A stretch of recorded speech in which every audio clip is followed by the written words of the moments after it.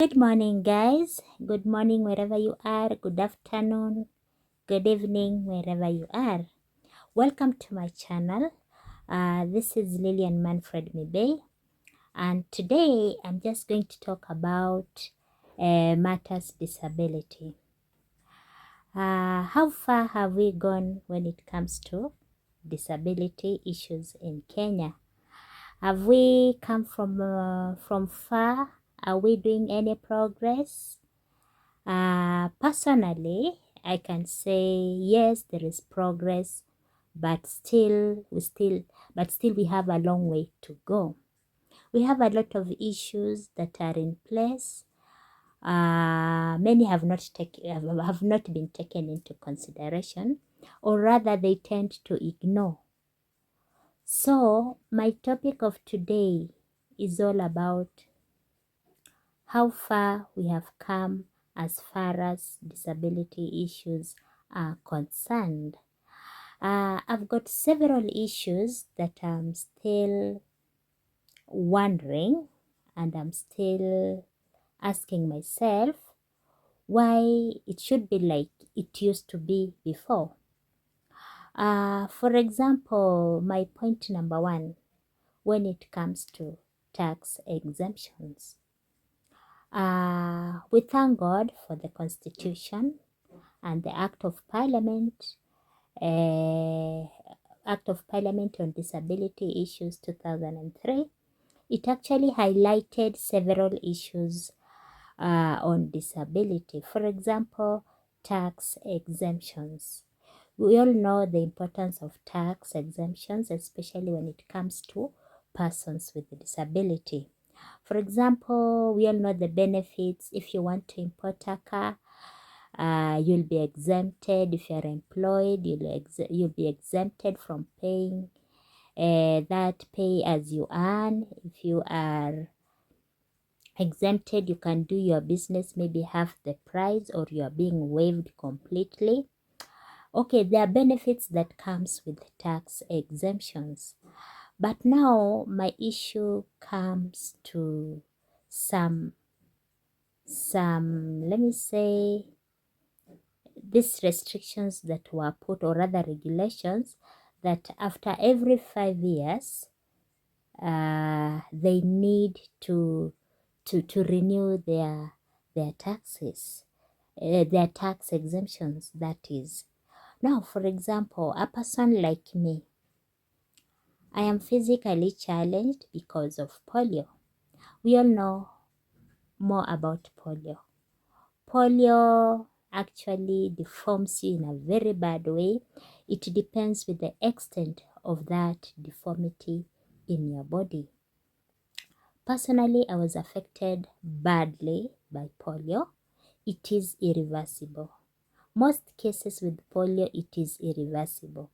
Once it has affected you, deformed you, don't expect that once you are healed, you'll go back to the same body you had. Actually, it deforms you. It damages. So it depends with the extent that polio interfered with your body system. Now, personally, my legs are paralyzed somehow, but still I have the sensation. But now mine is not even reversible. Polio truly attacked me. It truly attacked me. Now, this thing, you can't tell me like after 5 years, I'll come back to normalcy. There is really difference. A person who has been attacked by polio, and maybe if you compare to that person who had an accident, sometimes a person who had an accident, it also depends. There are those ones on temporary disability and permanent disability. At least those ones on temporary disability, you can review it after 5 years to see whether the person is improving, whether the person got healed. But now the hassle of taking me back there after 5 years again, and I'll never change. I just wish Kenyan government would consider that. Would consider that once you are permanent, your disability proves to be permanent, allow us to have that exemption certificate, maybe until we retire. You know, this process of going after 5 years, once the expiry period of tax exemption is there, you renew it again. Of course, KRA will be ready to deduct that amount just so immediately. So I just wish that I wish they review that once you are disabled, or rather once you are on permanent disability, they should just allow you to work all through to your retirement without going through this process all the time. Okay, another point is when it comes to inclusion. We still have a long way to go when it comes to inclusion. I still have a problem with that. Most persons with disabilities, especially when it comes to ceremonies, whether state ceremonies, whether ceremonies from the villages, within the town, churches, we are still not regarded as human beings. That one, I can attest to it. When it comes to such celebrations, they tend to ignore you, yeah, or rather they tend to isolate you. It is happening, guys. It is happening. Recently, we had a function in my town. We were actually elevated to city status. That is Eldoret. And now, during that time, you can tell there were a lot of people. A lot of people, even accessing the place was very difficult, especially for a person with a disability. Now, when it comes to having a place to sit, guys, well, it was so difficult. Okay, we were told we were given a place to sit. But now, because of so many people, my friend, you can't access the place.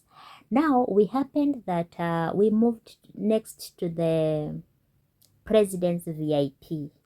Yeah? Now, getting to that place, we were told, personally, I'm short. I'm truly short. Even if you put me in the middle or rather back bench, I will see nothing because I'll keep on straining because I want to see everything. So my best place to sit is the front seat, but we weren't allowed. I kept explaining to those people, I am too short. If you let me sit here, I'll not be able to see anything. But in a way, thanks to president security guys, I don't know who they were, but they were like the security guys actually. Some of them understood. Okay, I was placed somewhere, at least some 2 chairs or 3 seats before me. But still, it was a hassle for me to strain to try and look at everything. I don't know, maybe God was on my side. Then later, I was called and I was told there is a space in front. That is when I went to sit in front. And guess what, guys? When the president had already arrived, the function was ongoing. During entertainment, when the president was talking, I could see from where I was told to sit, the people who were seated there, they were already standing just because they wanted to see what was going on in front. Now imagine if I had seated there, would I have seen anything? Not at all. So I just wish when such events comes, whether ceremonies, weddings, state events, kindly consider persons with the disability, at least put them in front. Put them in front whereby they'll not struggle to see what is happening. You know, we cannot even stand so that we see what is happening. Some of us are short. I'm also short. When I sit down, I'm short. I cannot see anything in front. So I just wish government to at least understand this, consider persons with disabilities. If there are events, put us in front so that we can all see what is happening. We can all see what is happening. Most of us, when such things happen and maybe we are in front, we will choose to go back. It will be like we are wasting our time. What are we doing here? And we are not seeing anything. And also when you talk about inclusion, we thank God, for example, this NGO known as SOS. They thought of persons with a disability, the caregivers of persons with a disability, and they came up with a training. You see, they included us. They thought of us, and they knew that we need knowledge, and so we were invited in a meeting. We talked about business ideas for persons with disabilities, and we were actually motivated. We were actually encouraged for that. And we really appreciate that. When we have some people who think well of us, we really feel motivated, we feel happy, we feel that actually we are really represented everywhere. Someone somewhere is really thinking about us. So to SOS, thank you for that meeting you presented to persons with disabilities. We learned a lot, and I would still urge you, keep on doing that, because majority of persons with disability, they would love to learn even more. That was so kind of you, and urge persons with disabilities to attend such events in case you are being invited to attend. And still, I would urge many other organizations who organizes seminars and trainings that whenever there is a training, consider persons with disabilities, because we also want to learn. We also want to learn, and we also want everyone to get that knowledge. Actually, that training from SOS was a wonderful one. Thank you so much, SOS, for thinking about persons with disability, and that actually works well when it comes to inclusion. That was very kind of you. It was very exciting, and everyone learned a lot. Okay, another very important thing is all about unemployment of persons with disabilities. There are a lot of gaps even up to now.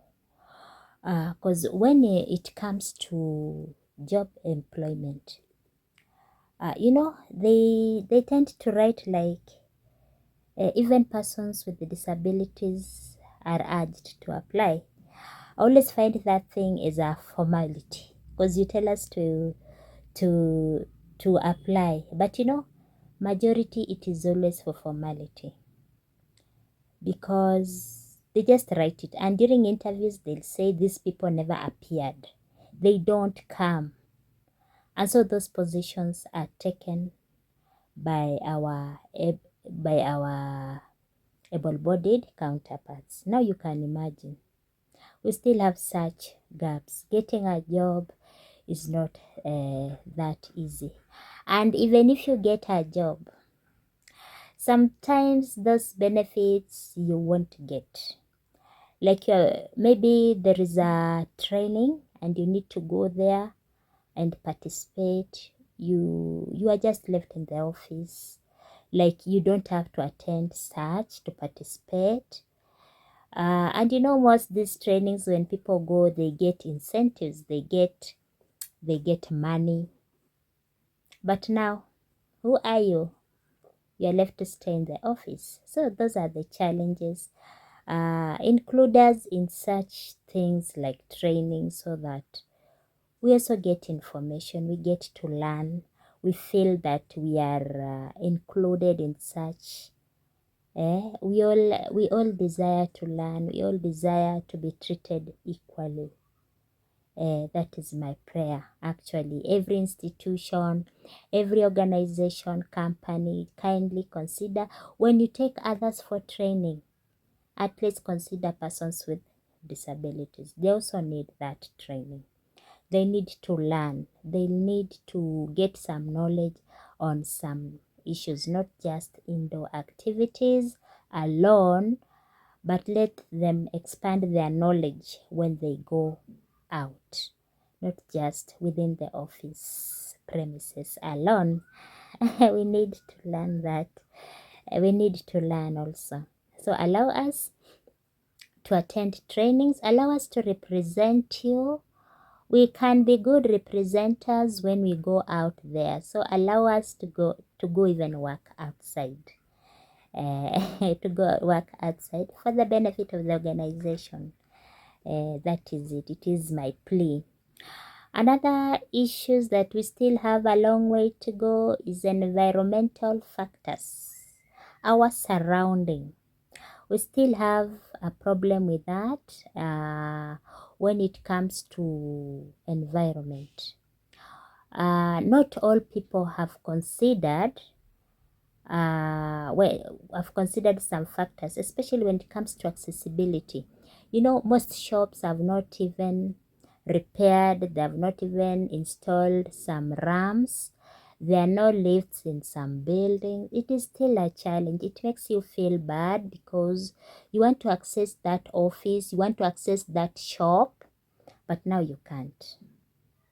You hear from friends that a certain mall or rather supermarket, they have different products, new products in the market, but now you want to see them so that maybe you choose your taste, but still you can't even access the shop. So you find like, okay, you are limited in some things. You are limited. If only people would follow those rules and install ramps for all of us, accessibility would be a good one. Because we all need to buy things. We